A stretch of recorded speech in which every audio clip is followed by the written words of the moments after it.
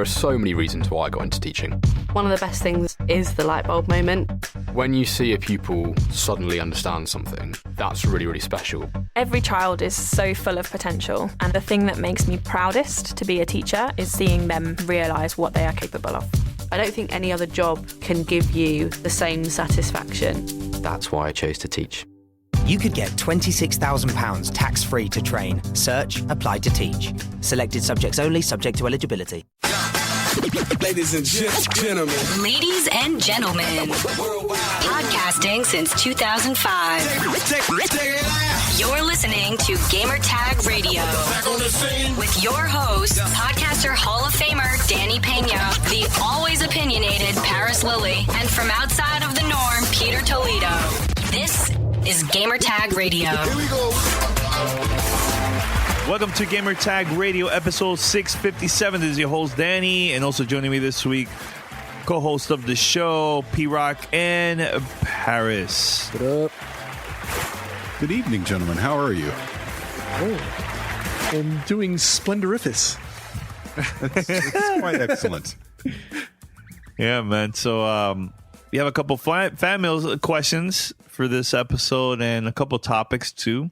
But before that, head over to gamertagradio.com or play.it/gamertag. Listen to our past episodes. You can also find us on iTunes, Spotify, Stitcher, TuneIn Radio, and other podcast directories. Send us your feedback or questions. Give us a call at 786-273-7GTR. Email us at fanmail@gamertagradio.com or leave a message on speakpipe.com/gamertagradio.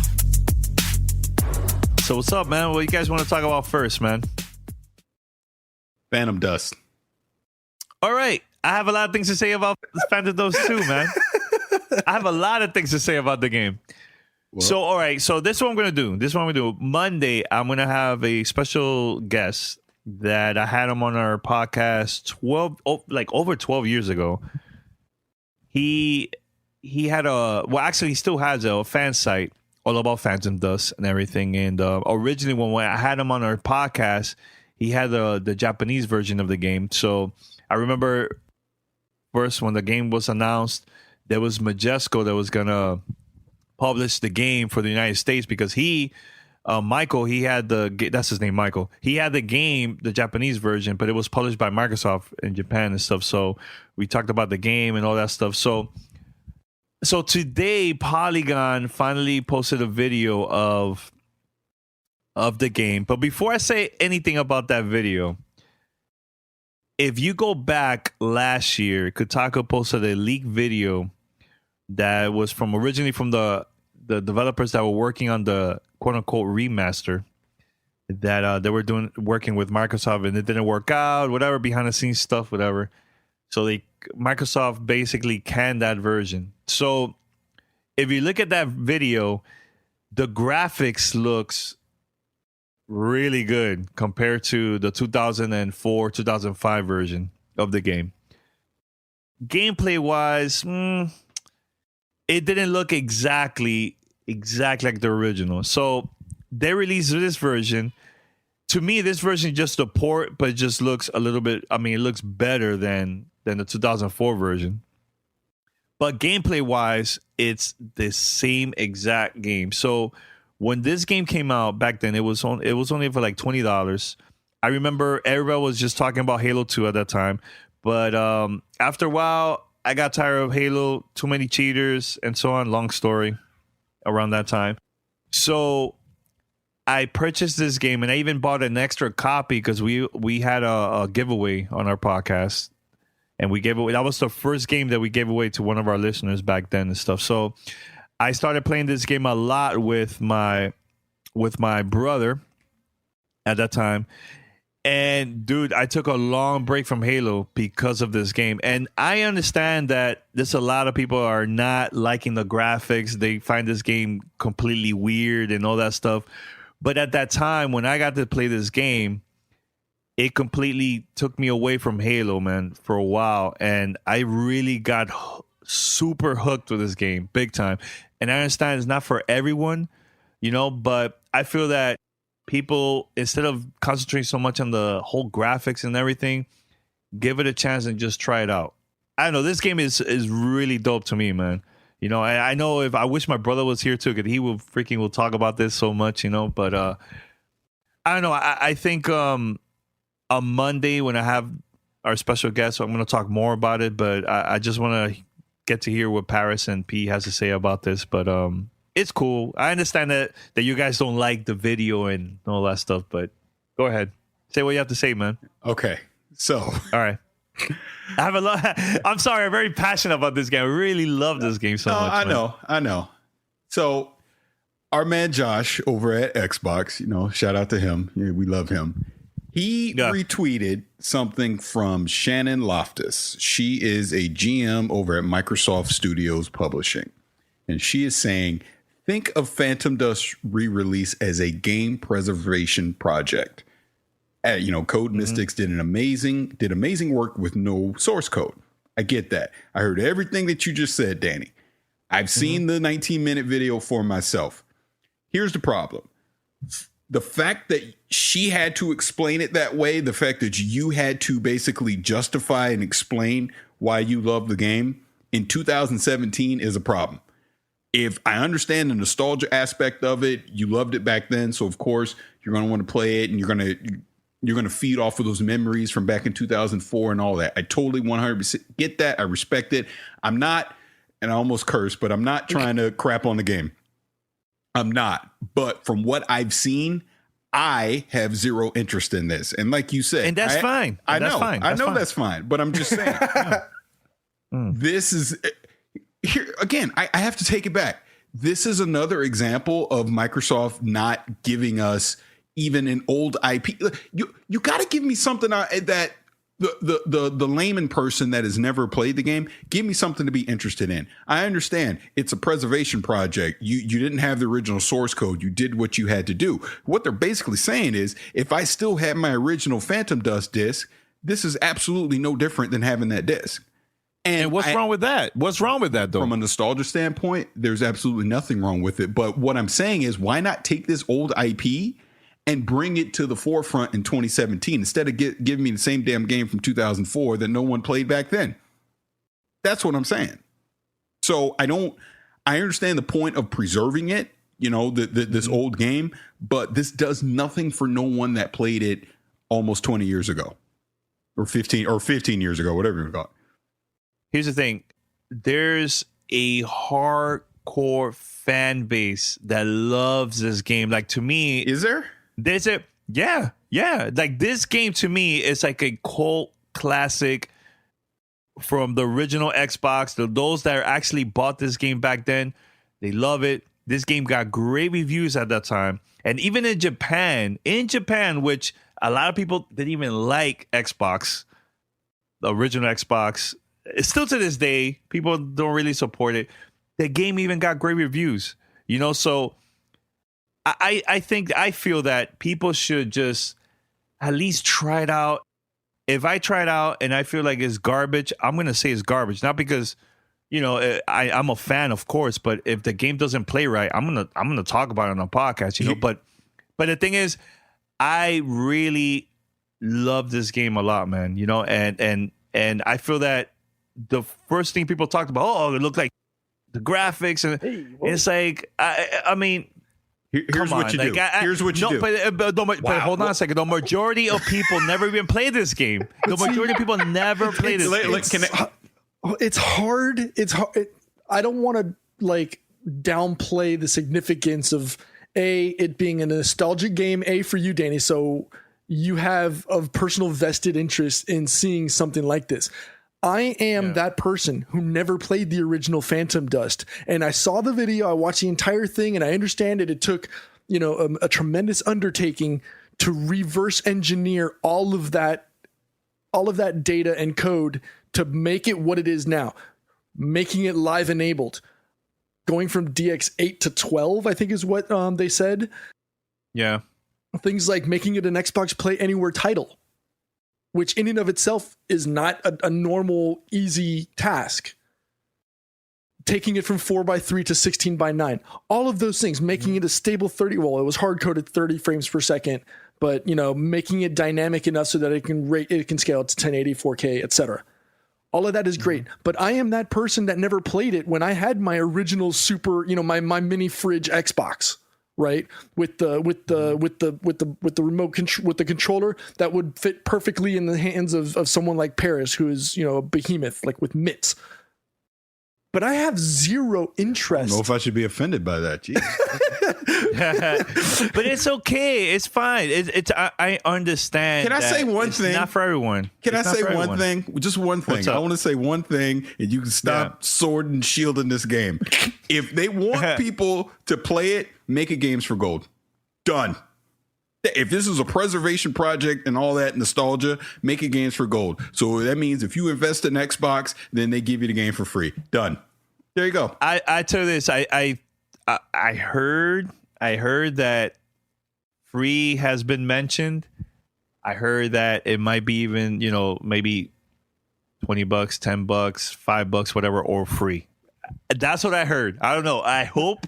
If it's free, it's good. I think that's a great idea, but I think it'd be great for something like that, or throw it on a humble bundle and let some of that money go to a charity. Yeah.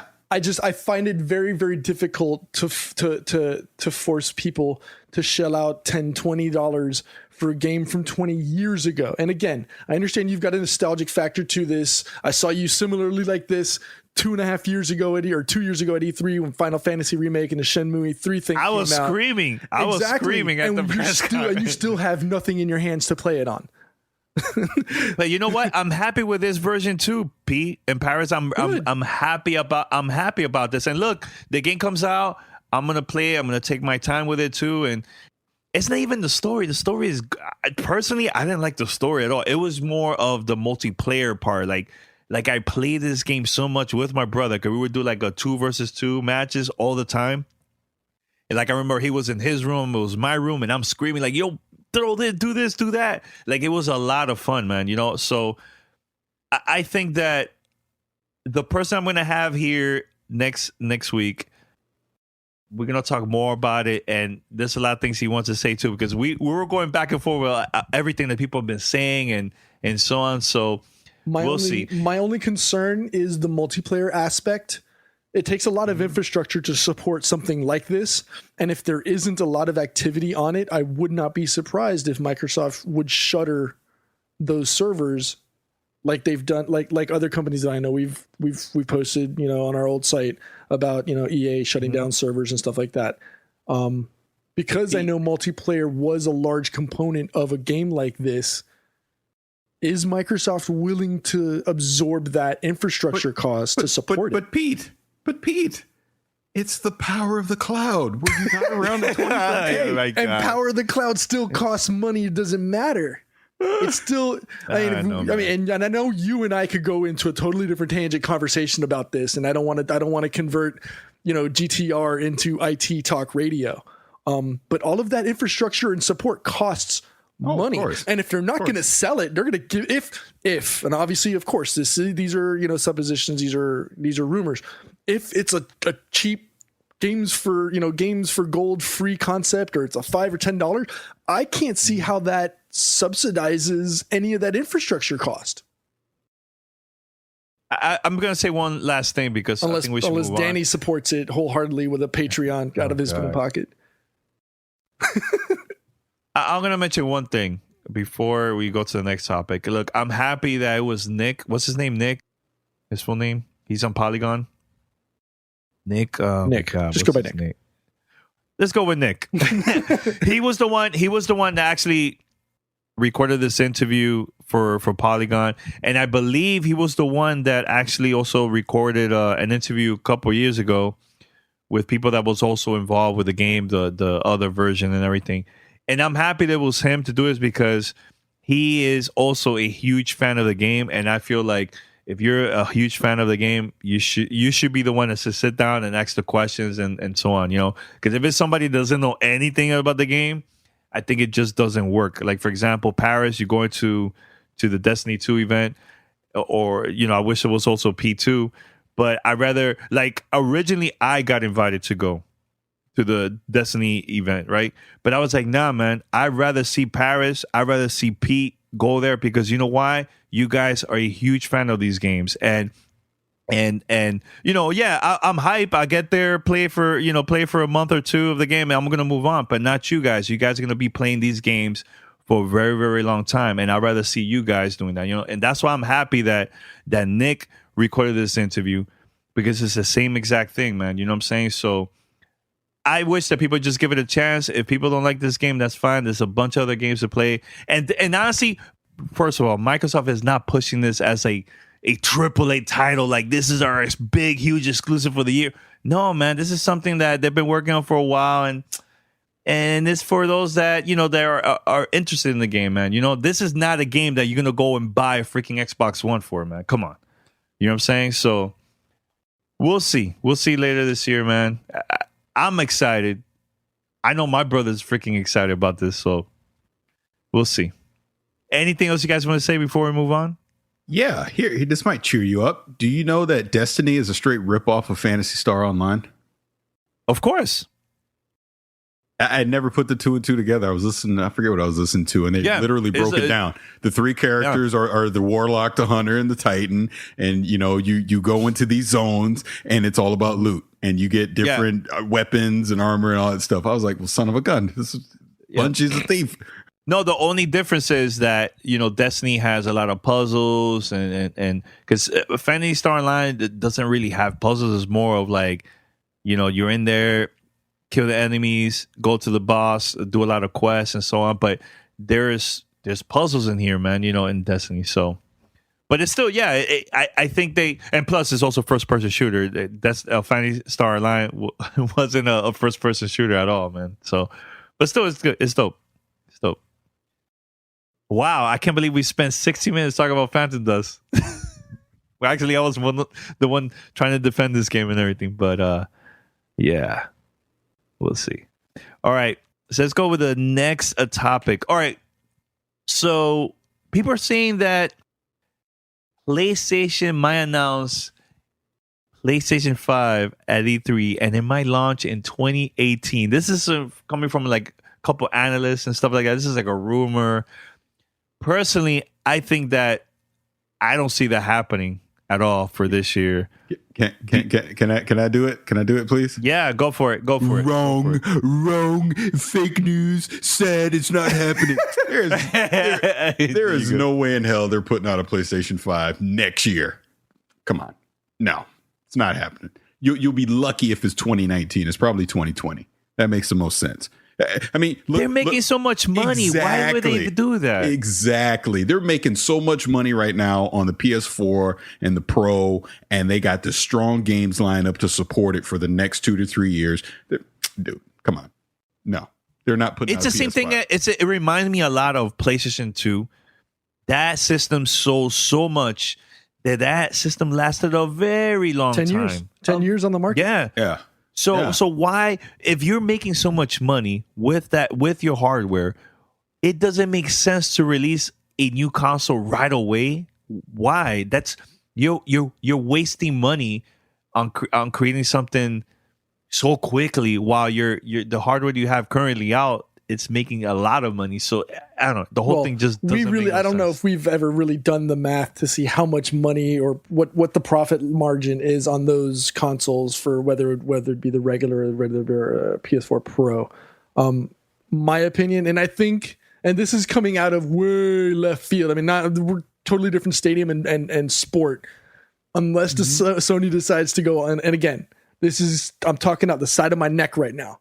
Right? Unless Sony decides to go all in and lower the PS4 Pro to like $249 or $299 to compete or match Xbox One S, providing more power for the same cost, potentially forcing Microsoft to like lower the cost of the One S and scramble to adjust pricing for Scorpio. And this is also a problem with showing first for Microsoft, because if they do announce something like this at E3, Microsoft's already played their hand on their press conference. So while setting the precedent, they're also subject to moonwalking afterwards. So unless they drop a bomb where Scorpio is $399, who knows? I mean, I'm Jon Snow right now. I know nothing. Well, we knew that already, but my thing is still correct. Microsoft still hasn't had a Scorpio event, so. Hey, Pete, we still have time, man. We have a whole month to go. No, but going on what you're saying, I mean, it's a thing of let's be realistic about it. Scorpio is most likely $500, right? I mean, the odds are heavily favoring that's what it's going to be. So let's just say that for argument's sake, it's going to be $500. Sony doesn't even need to go to $299 to still, force Microsoft to have to do something. They're going to drop that thing at $350. I do not see Pro being $399 this holiday, right? So it's probably going to be $350. You put the PS4 down to $199, they're still competing with anything that Microsoft does with the One S from a games perspective, absolutely. Project Scorpio, because they got the games lineup. They already have third party, and that's what people need to understand. We can argue this till we're blue in the face. But they own third party. Take exclusives out of it. Third party games are mostly played on PS4 right now. That's just a fact. So where's the incentive for someone to all of a sudden switch over to Project Scorpio? Unless, and I know we got a voicemail about this, unless they're the core gamer, of course you're going to go pick something like that up. But the average gamer is not going to do that. You know what I mean? So, and didn't it just come out that they've already sold over 60 million PS4s? Mm-hmm. Yeah. I mean, that's insane. And they're going to sell more. They're going to sell more. Yeah, and in hindsight, them taking the L early on was actually the boon for Sony. Like, it was actually a smart play. They said, you know what, we'll take the hit now up front at the beginning because we know what we have coming up later. And that, wait, hold on a second. They were just out. Okay, the console only been out for a week before Xbox, and the reason why it sold more was because of the price. It wasn't because it came out first. No, I'm talking about the whole games concept. They knew that they were going to take an L because they didn't have any games, and that's what everybody talked about for the first year at E3. Oh, they've got no games. Okay. They've got no games. And so they took the L from that perspective. But now they've got the game. Now they've got the games. Now they've got the games library behind it to support the hardware, and it's going to be really hard. And that's why we're all hoping for Microsoft to really be able to knock this out of the park at E3 with what they're going to show from a Scorpio and a games perspective, because they need to. They really, really need to if they're going to stay competitive in this market. Well, let me tell you something very quick. I think that people are really, really sleeping on Nintendo for this holiday, man. I think they're gonna sell a lot of freaking units. They're gonna sell more. They look, this just past month, they were like the number one console, beating PlayStation 4 and Xbox One. I think it's gonna be like this. Hey, they better have been. They better have been, or that was a problem. Brand new console, it better have been freaking number one. Yeah, I think they're going to sell a lot of freaking units, man. People are still sleeping on them, which is fine. I don't think so. I disagree with you on that completely. I mean, look at the Mario Kart sales. No one's sleeping on the Switch. Oh, no. Not Mario Kart. That's selling like crazy, man. But I'm talking about like the conversation has only been about PlayStation 4 and Xbox. But I'm telling you right now, man, don't sleep on Nintendo this holiday season, especially with the new Mario game.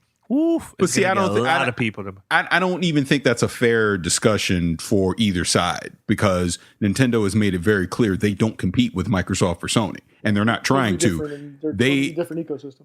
Exactly. Yeah. Nintendo does Nintendo. They don't worry about what the competition does. You know what I mean? And like you're saying, sales wise, they're doing fine. Hell, I'm considering getting a Switch. And look, when I see you in a couple of weeks, I'll make up my mind 100% from the beginning. No, I'm going to convince you. I'm bringing everything, even my Pro controller, everything, and I'm going to show you, Paris. Jenny's going to be at home all bored at home with nothing to do. She's going to be like, damn it, Danny took Dude, you know it's crazy? You know it's crazy that, yes, it's not the most powerful device. Like, it's not like Xbox or PlayStation 4 and everything. But if let's say Nintendo, Sony, and Microsoft come up with the same exact third-party game, I think I will get the Switch version because I could play it outside of my house on the go. That's the only reason why I will buy the Switch version, because of that. Like, for example, imagine they would release all the trilogy of Mass Effect, for all three consoles, brand new, whatever, whatever version of Max Effect, whatever, I'll get the Switch version because I want to play it and on the go. Why not? You know, like I think that's the thing that Nintendo has an advantage compared to the other two consoles, and we'll see. I just hope that they have like more third party games, man, for not only for this year but later next year too. I think that's gonna help them big time, man. So we'll see. We'll see. All right. So another topic here before we go with fan mail. This is very surprising. I was very surprised about this news. So I'm a big, huge fan of Remedy games, Remedy Entertainment. You know, of course, Alan Wake, Quantum Break, Max Payne, and so on. So they just signed a deal with 505 Games, where they're going to be publishing Remedy new project that's coming out in the future. Don't know when. But I was very, very surprised about this because I know that behind the scenes, probably they were trying to sign a deal probably with Microsoft or with Sony. Probably didn't work out. And hey, this is the company that's going to be publishing their games, man. You know, so I'm very excited. The difference is, yes, they're going to be publishing their games, but Remedy is still going to own the rights to the IP and everything. So what are your guys' thoughts about this? Well, shout out to Remedy and those that work over there. We know Dan is a good friend of ours. I don't know. I'm just curious. We know that they've said that it's not going to be related to an Alan Wake title, so I'm curious if this is something that they're going to parlay into maybe bringing Max Payne back in. No, they can't. They can't because that Rockstar. That's a Rockstar title, you're right? And Take-Two would have to do that. So yeah. Unless it's well, it might be a new IP. I don't know. They've got two different projects totally with Remedy. You know, Remedy on its own, they have two. They've got a Crossfire 2 game, which is single player. They're handling the single player component of Crossfire 2. Sorry. And then this other one, which is called Project 7. So obviously, nobody knows what the code is going to be about, except for those that work at Remedy right now. I don't know. Interesting. It's very, very interesting because obviously we've had good experiences with Alan Wake. Me personally, I love the Max Payne series. Quantum Break, I think it was just outside of its comfort zone. I just don't know if it was the right time to release something like that, or just I don't know. I just don't know if that game was built for success from day one. From a gameplay and concept. I know you dug it. I know you love everything. Oh my God. No. Let me tell you, I played Quantum Break. Quantum Break was a decent, good game, right? But man, Alan Wake, man, was deep, man. That story was so freaking good. I finished that game, normal, hardest difficulty. I unlocked everything in that game, man. I played it so much, and then the DLC came out, which was okay. And then they had like another game too that was only digital that came out, which also was okay. But the original Alan Wake, man, that game was freaking amazing, man. Woof. Super dope. I remember having a camera and I was letting Pete play the game because we got it early for review on our podcast and everything. And Pete was playing it. He was freaking out. The first 2 levels or something like that? First he was like, what the fuck? Yeah, it was dope. It was dope. So it was dope. I know that 505 has helped push like Payday 2 and things like that. So knowing what Smilegate or not, what Smilegate, I think is the name of the company that does it, but the what is it, Crossfire, original title, that's like a monster game overseas. I mean, according to, I think it was 2016 or something like that, it had grossed like 1.3 billion worldwide in global sales. Holy crap! Yeah, so it's okay. Yeah, it's got loot behind it, and it's got support worldwide. It's not just a United States title, right? It's not something that it's just gonna be us that will be playing it. So I wouldn't be surprised if it does have a success level because people are going to want to see what the new version is going to be all about. That being said, shout out to Remedy and 505. I'm interested. I hope it works out. Paris, you want to say anything before we go to fan mail? No, I think you guys said it all. Oh, thank you. And all right. and Dan gets no shout out from me for reasons. That is hilarious, man. Welcome to Play It, a new podcast network featuring radio and TV personalities talking business, sports, tech, entertainment, and more. Play it at play.it. All right, it's time for fan mail. Fan mail at gamertagradio.com. All right, we have a lot of voicemails and emails. And by the way, we also have a section on our Discord channel where people also could post their questions there. So P in Paris, if you want to check out there the questions, I believe there's only 2 right now. We just added that. All right, so by the way, I really have to mention this, man. I love our community that joined the Discord. I know there's people out there that probably would like to join. Just make sure to hit us up, email, Twitter, Facebook, hit us up, and we definitely will send you an invite and stuff. You don't need a PC or a Mac in order to join this. You could also use your Android device or iOS device to join too. So hit us up. All right, so this is going to be the first caller. This is from DL. And he wants to say a couple things about episode 656. Let's play right now. Hey, guys, this is DL. Love the show. Wanted to comment on something that was said on episode 656 about the Phil Spencer article. Get your thoughts. What was said was Microsoft may focus on more service-based games, and there was a concern that might be neglecting the core gamer. Here's the thing. As gamers ourselves, let's please get that term core gamer out of our heads. It was a tool made by the industry bigwigs to get us to buy games at mass, and it works for them. It has worked and it works for them, but it doesn't work for gamers in totality. Let me give you a prime example. Horizon for PlayStation 4.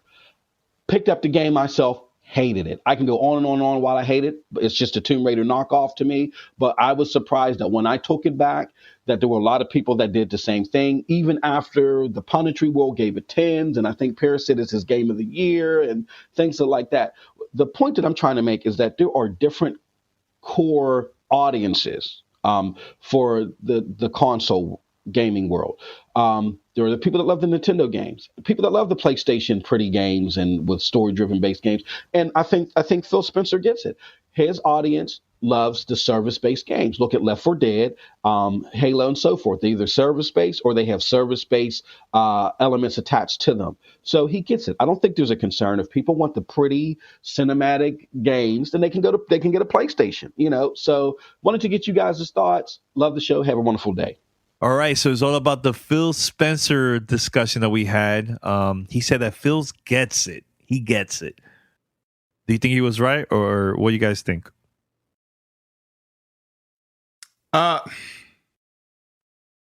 get what Phil, we really already talked about this. I mean, I get what Phil said, and I understand it. I just don't agree. Like again, we're talking about the whole core gamer thing. That is a real term. You have to accept it, because there is a difference between people like us that are on this podcast or listening to this podcast versus the average person who has no idea about a game until it comes out when they see a commercial on TV. That's why they're called core gamers. And that's what he's trying to say when he's focusing things towards what a core audience will look for versus what, some of my buddies that just pick up Madden every year because it's Madden. You know what I mean? Whereas we're gonna dissect things and we're gonna be picky about things versus what the average person does. They get something because they see the name and it's familiar to them, so they run out and go grab it. So you do have to break things down that way. But as far as the whole games as a service and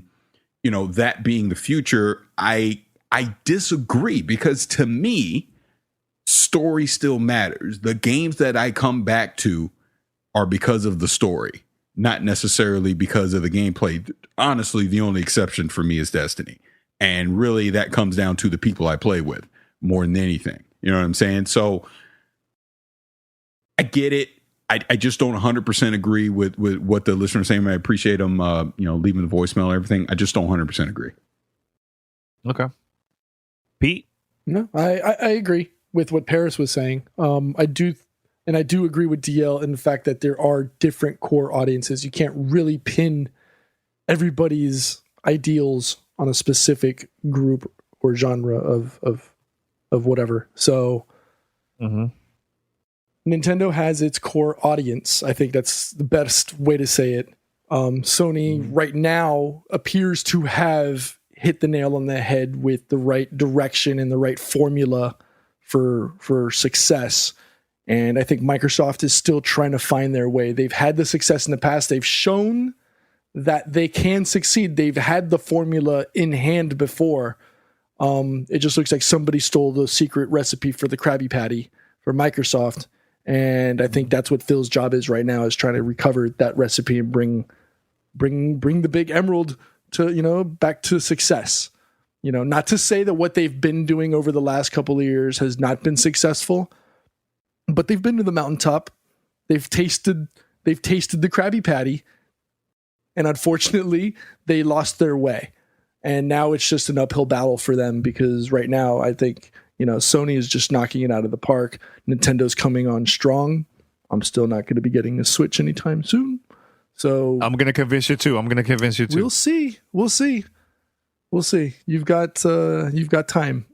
You've got plenty of time. If anything, plenty. You've got time. Don't worry. To pitch me. We'll make it happen either Sunday or Monday during the week of E3. We'll see. Right, well, I'll see you on Friday. We'll see. I'll see you on Friday. We'll talk. All right, that's true. No, Friday I'm focusing on something else. Got you. All right. So let's go with the next caller. Actually, this is an international caller. So let's play right now. What's up, GTR? My name is Denko. I'm from Bulgaria, a small country in Europe, and I currently work and study in Denmark. I really love the show. Not missed an episode for the last year. And this is my question. Let's imagine that Sony makes an announcement to make another portable console. I know that's not a possibility at this moment with all the competitors on the market, and their target for the very moment is totally different. But let's just imagine this happens. Would you go out and buy one? If yes, why and how would you want it to look like? What features would you want it to have except being able to game? Cheers, guys. All right. First of all, thanks for listening to the show now for a year, so that's pretty awesome. So he wants to know if Sony releases a portable console, should we buy this? And what features would we would like to see if they make this announcement? I'll tell you this. I purchased a PlayStation Vita. That will be my last handheld device that I will buy from Sony. And here's the thing. I think that Sony is really good at really promoting and they're really good when it comes to consoles, like hardware, like PlayStation 4, PlayStation 3 and all that stuff, PlayStation 2. But I think that when it comes to handheld or now with the VR, I think they're I feel like that's not their 100% focus. So I feel like I bought the Vita. I really love the device. Very powerful device, really cool. Love the concept and everything. But then after a while, I felt like they just ignored it, kept on, working on just focusing on the console at that time. So I just give up with the handheld stuff. I think you're full of it. And here's why. I won't buy it. Here's why. Here's why. Because I'm telling you the feature I would want to see in a Sony portable. You're telling me if they copied what Nintendo just did with the Switch, PlayStation 5, you can play it at home or you can pick it up and take it on the go, and you're playing Horizon Zero Dawn, The Last of Us 2, and all these games on the go because you just finished talking about how you would get games on the Switch because of that functionality. If Sony were to copy that, you're telling me you wouldn't get one. I have to see it, dude. I have to see it because, look, I really got super excited and hyped for the Vita. I went to their event, everything. I got that device day one, played it a lot, and I was like, yo, where's the games? Where the games at? I also got the PSP from Sony, too. So I don't want people to think because Danny's a fan of Nintendo and Xbox. And no, I actually went to the store and bought these devices, and I felt like I wasted this money, and where's the support? Sony doesn't even mention Vita at their press conference. It's like, it's disappointing. Well, I think they shuttered the whole Vita concept anyways, right? Yeah, but that's a problem. By going through that experience, why would I want to go through that again? You know, like with Microsoft, if they announce that too, I really want to see it before I even purchase it, man. Like they never released a handheld device, but I've been through a couple already from Sony, and it's the same freaking experience again. Yeah, it's cool and pop and hot at when it first launched, but a year, 2 years after that, what happened to it? And I've never been through that situation with Nintendo. Nintendo always been great when it comes to handheld. So yeah, Paris, I will not buy it. I have to see it and really think about it before I purchase that device. Yeah, I don't know. Okay. And I was wrong. There, you could still buy the Vita. It's like $200 online or whatever. Yeah, you could, but dude, like we're going to E3 now. They're never going to give you a mention about Vita. They're not going to mention that. But they're going to mention about PlayStation 4. But they do have the lineup now that would be successful if you had a handheld. A game like Paris said, a game like Horizon Zero Dawn would be great. Would be difficult to do because of the battery that would be sucked by the amount of power being used by the device to support it. But a game like Persona 5 would probably be very, very successful. What do you mean? Zelda. Nintendo just did it. No, I'm saying are you so you're saying that the graphics and everything else that is in a game like Horizon Zero Dawn is comparable to what was on Breath of the Wild? Yo, they came out with a Persona game for the PlayStation Vita a couple years ago.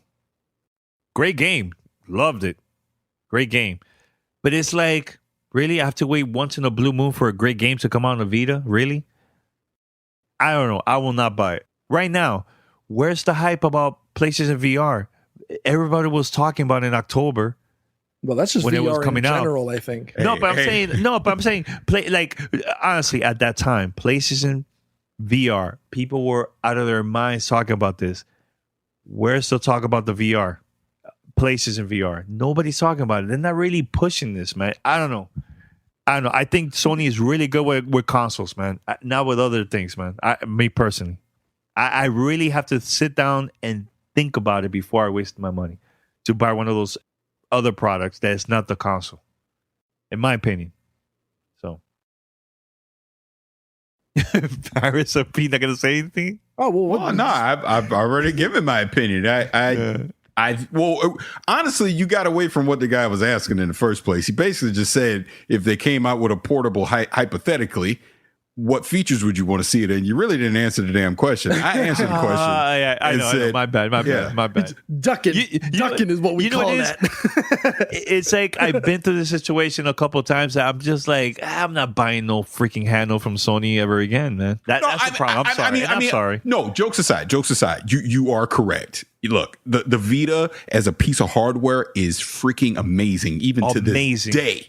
Yep. The problem is Sony never properly supported it. Third parties never properly got on board with it. Well, hell, I'm still waiting on Ken Levine to give me that BioShock game that he held up at the Sony press conference. What was that, about 5-6 years ago? Don't worry, guys, this is coming. Crickets, where is it? Remember the Call of Duty game that came out for the Vita? Oh my God. The Batman game? Oh God. Oh my God. Hey, just give me SOCOM and I'll be happy. There you go. I don't know. I feel like Sony gives up easily when they see that it's not really selling, but whatever it sells, they would just rather focus on that. And I'm not trying to hate.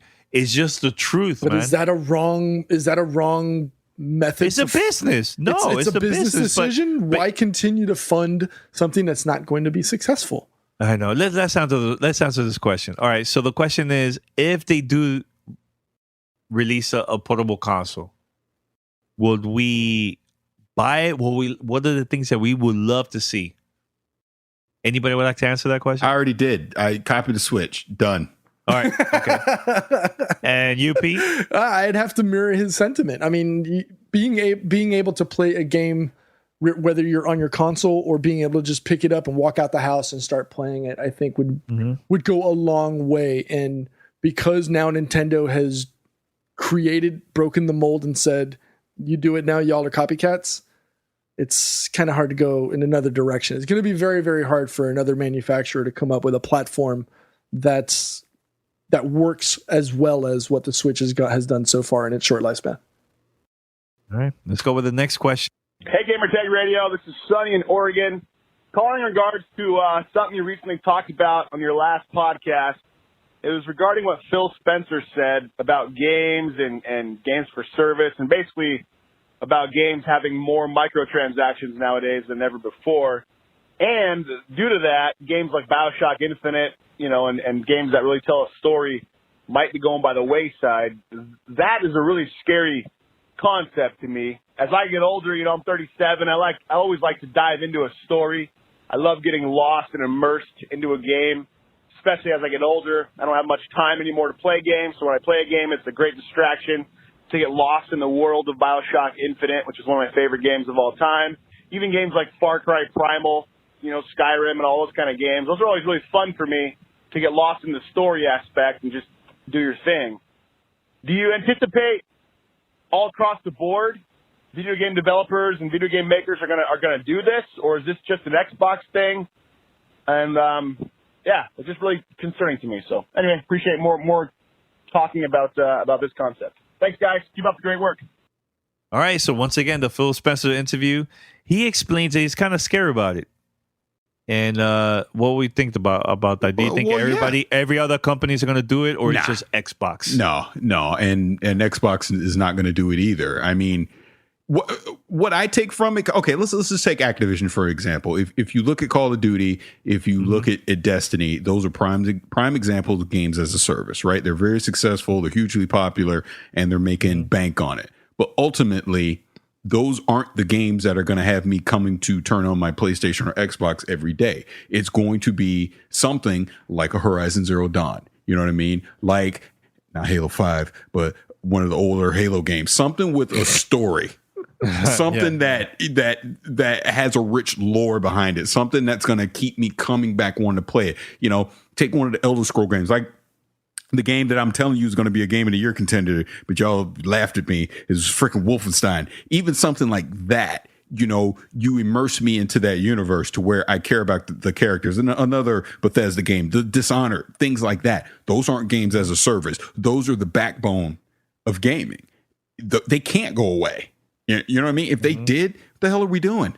I don't want to buy just a bunch of games where I got to constantly keep throwing money at it to keep myself entertained by it. I should be able to buy a game and have a self-contained experience that will last a long time. Dude, I still play The Witcher 3. Drop the mic, done. Yeah. That's what I want. Yeah. Stuff like that. So I'm with Sonny. That is scary if that were to actually happen across the board, but I doubt it.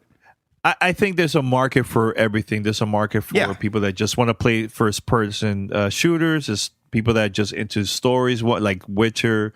There's a market for everything. But the thing is, the majority of companies are going to focus on games that are selling first. That's going to be their first thing. Like Activision, they have Destiny. They're going to put a lot of marketing money for Destiny.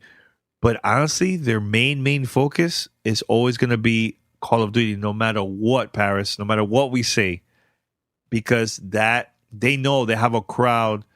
They're going to buy that game day one, no matter what. Destiny is a little bit tricky. Yeah, they have their hardcore fans, but they probably will get fans of people that buy those games every year, like Call of Duty. They're always going to buy that, so they're going to focus on that first. So that's how the business is, man. So I'm not mad if these companies start doing that, but I know they're not going to forget other games that are not mainstream, but it sells. They're going to focus on that too, because it's money for them, All right, so we have a review for this week. Yep. So what we have for this week? Yeah, I just want a big shout out to the folks over at Solo. They were kind enough to send all of us some backpacks. Me and Danny, I believe we got the Velocity Collection Everyday bag. it's a standard backpack. In my opinion, it's like a duffel bag meets a backpack. It supports up to a 17-inch laptop in the back, along with a separate iPad tablet pocket. It's an excellent backpack meets go bag. I've been using it for work and gym, and I've been able to actually reduce my bags walking around from a day-to-day basis from 2 bags to 1. Because normally I have a separate bag for my gym stuff and one for work, where I hold my Surface, my Mac, my iPad, and whatever cables I use. And now I just use one. It's even got this really dope pouch on the bottom where I can keep my shoes, so it keeps the stinky shoes away from all the rest of the stuff on the inside. So I don't know about you, Paris, because I think you got a different version of the backpack, or did you get the everyday like we did? No, I got no. What did I get? The Velocity? Oh well, Velocity is Hold the on. collection. Okay, you keep talking. I will tell you in just 1 second. Okay. I travel a lot. I've been using this bag a lot, dude. I put my Nintendo Switch, my laptop, my recorder, everything, man. So I haven't used the part at the bottom, P, where you put your sneakers and everything, but I'm going to New York City next week for my trip because of the screening for the documentary. They're going to have it over there too. So I'm probably going to do that, man. I'm going to do that. But the thing that I really liked about this book bag, this backpack, is that it's very, very comfortable. Very comfortable. And there's parts where you could, like, let's say for me that I travel, I could put my passport like somewhere around there by the front and everything. So it's cool, man. I just love the design and everything, man. So I like that. No, I love it. It's really cool because the ones that we have, the everyday, it's got 3 handles. So if you're not in the mood to carry it like a regular backpack over your shoulder, you can carry it from one of the padded handles, whether it be on the top or either of the sides. So it kind of so that kind of gives it like that work/play. That work/play look, and I'm really, really digging it. Made out of rugged vinyl.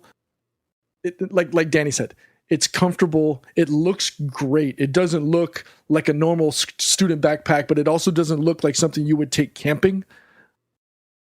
But it's rugged enough that it would survive, the regular, the regular travel stuff like that.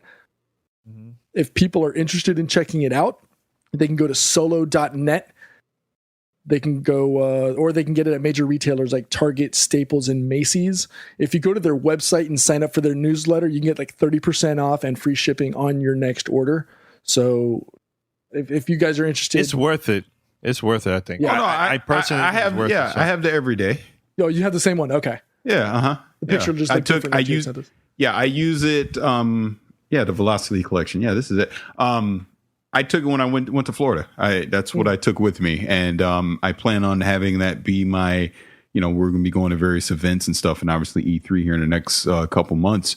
It's the bag I plan on taking with me to store all my laptop, iPad, recorders, all that kind of stuff. I really like it. It's a great backpack. Mm-hmm. And that's even like zippers and stuff inside of the bag too, where you can put like your smaller items and everything like that. Yeah, too, and it's designed for you to be able to carry stuff regardless of which orientation you have it, whether you have it as an up-down backpack or side to side. It's very well designed and very well made. I really, really dig it. I believe the one we have is $80, but if you go to solo.net, they've got a plethora of backpacks and other carrying accessories, whether it be luggages or if you want to go a little bit more fancy with the leather stuff. And whatnot. So once again, solo.net, big shout out to them for sending us these backpacks to check out. We really, really appreciate it. We'll definitely be using it for the months to come. I think we're all going to be wearing it during E3. Oh, absolutely. You're going to see me at the airport wearing that thing, man. The thing is awesome. I love it. Cool, man. Thanks a lot, man. All right, so one more topic that we have. This was posted out of nowhere today. So Ubisoft France, I believe, on their Facebook page, they posted an image of Far Cry. I think the last Far Cry game, not Primal. It was Far Cry 3, I believe, right? 3. Or is it? Yeah. So they posted that. That's the image from that game, and people are wondering, are they teasing? Like, why would they post that image out of nowhere on their Facebook page? Right. So do you think that's a game that they're probably going to be announcing at E3 or what? I don't know if it's funny because if you click on the link that's in the Facebook post, it actually sends you to another image on their Instagram with a picture of Voss, who is the bad guy in the game, and everybody loved the character of Voss, where he was crazy, he would say spontaneous, crazy stuff, and it wasn't as while Troy Breaker did a phenomenal job with the guy from was it Far Cry 4. You almost didn't see him enough to warrant having such a talent like Troy Baker on there. But everybody loves Voss, right? And I would love to see more just because of the whole character. And there's a rumor that it could be potential prequel to Far Cry 3, showing how Voss, what changed Voss to go from whomever he was prior to the game to the crazy person that we go back that we know now after playing Far Cry 3. Okay, so obviously we want to see more, but is it too much? Like, it's almost have we possibly seen can we get a Far Cry reprieve like we did with Assassin's Creed? Having a Far Cry every year almost is it almost too much? I think so. I mean, I guess Primal does count because it came out last year, so that is keeping up with the every year thing. I'd be fine with Far Cry taking a break. I really would. Will it? I mean, it is Ubisoft. I mean, they crank them out all the time. I mean, thankfully, Assassin's Creed took a year off. Right. By them putting this up, I mean, it could be a couple different things.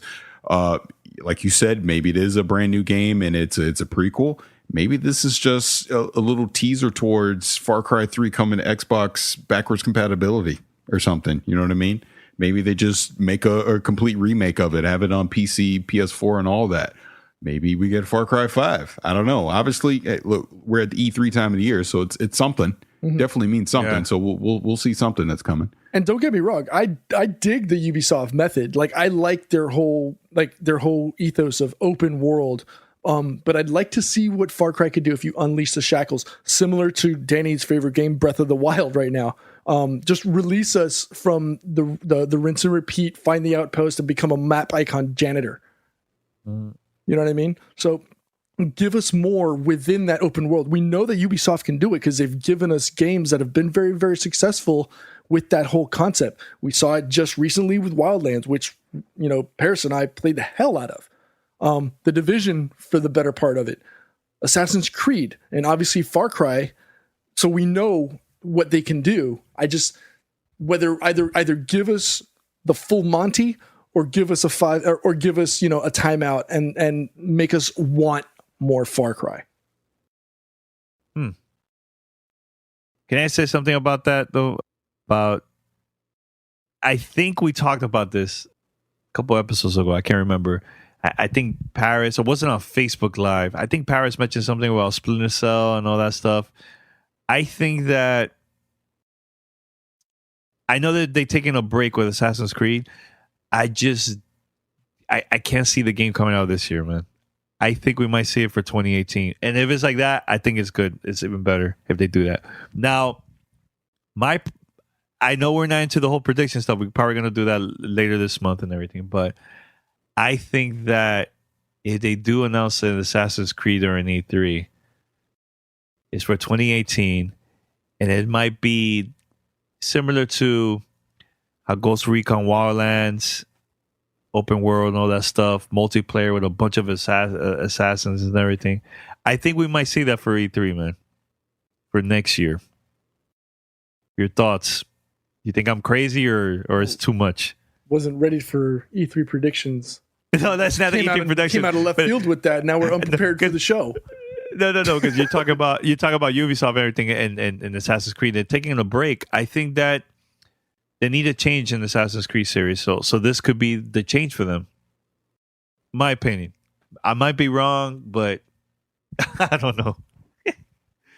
Just a prediction, very short prediction. This is like a sneak peek of what's coming later this month.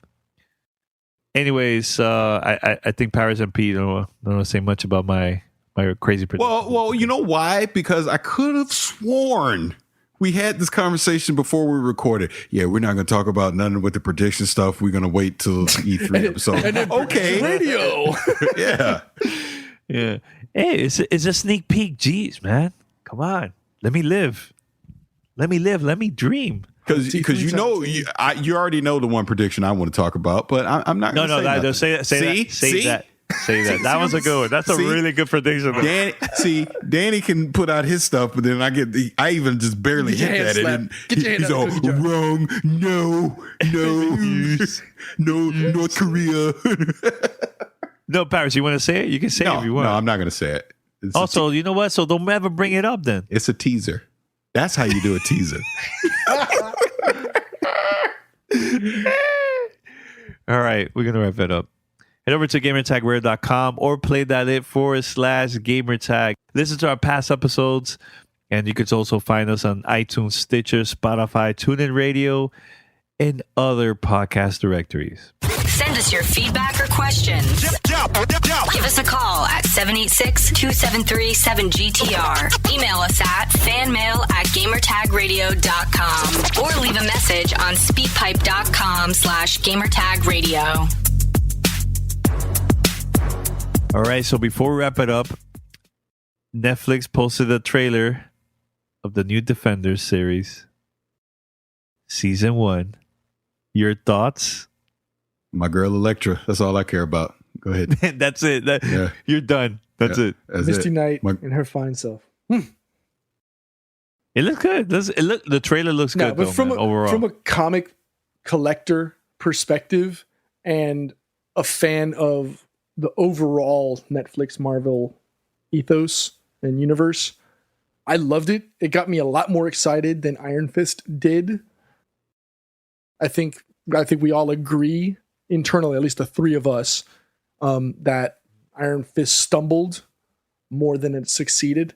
So hopefully this redeems. I think it appears, at least in that 2-minute trailer, kind of redeemed Netflix on their on what happened with Iron Fist. But I am stoked, like Paris said in the chat, when he punches Luke Cage, I was like, damn.